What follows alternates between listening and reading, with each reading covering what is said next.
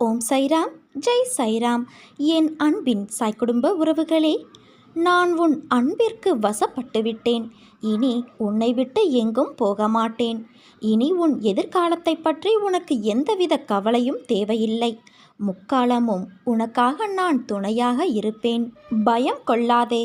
சோர்வு, கவலை, விரக்தி உன்னை ஆக்கிரமித்து கொள்ளாமல் இரு. ஒவ்வொரு நிமிடமும் பொன் போன்றது. அதை தேவையற்ற எண்ணங்களுக்காக நீ வீணாக்காதே.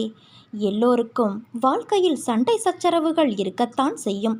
அதையெல்லாம் பொருட்படுத்தவே கூடாது. சில விஷயங்களை அப்படியே விட்டு விடுவதுதான் உனக்கு நல்லது.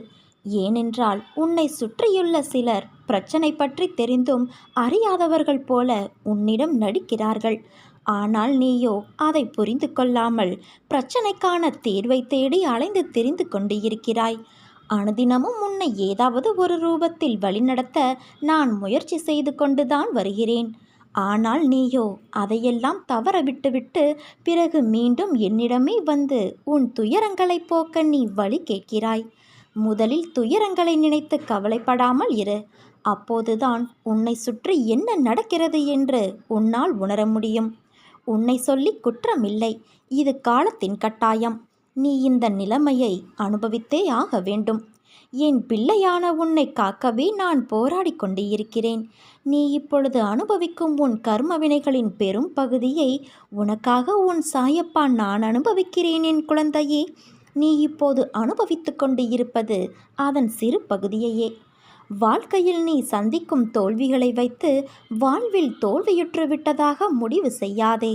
நீ அனைத்திலும் வெற்றி பெறும் நாள் வெகு தூரத்தில் இல்லை. விரக்தியை தூக்கி எறி. அதுதான் உனக்கு முதல் எதிரி.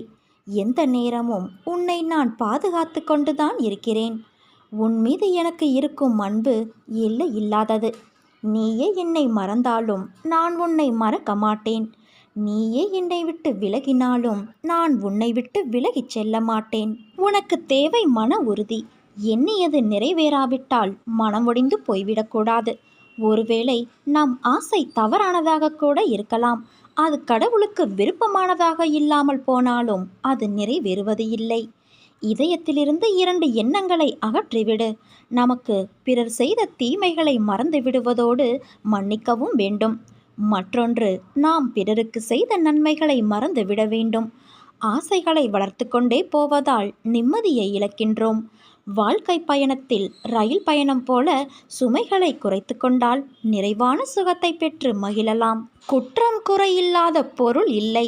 துன்ப கலப்பு இல்லாத இன்பம் இல்லை. அகம்பாவச் சுவடற்ற செயல் இல்லை. அதனால் தூய உள்ளத்தோடு பற்றற்ற தன்மையை வளர்த்துக்கொள். அதுவே துன்பத்தை போக்கும் வழி. வாழ்வில் தடைகள் ஏற்படும் போதுதான் நமக்கு அதிகப்படியான தைரியம் தேவைப்படுகிறது. மன உறுதி உள்ளவர்கள் எந்த தடையையும் தாண்டி சாதனை புரிவார்கள். நீ நம்பிக்கையோடு இரு. நல்லதே நடக்கும். சாயிருக்க பயமேன்.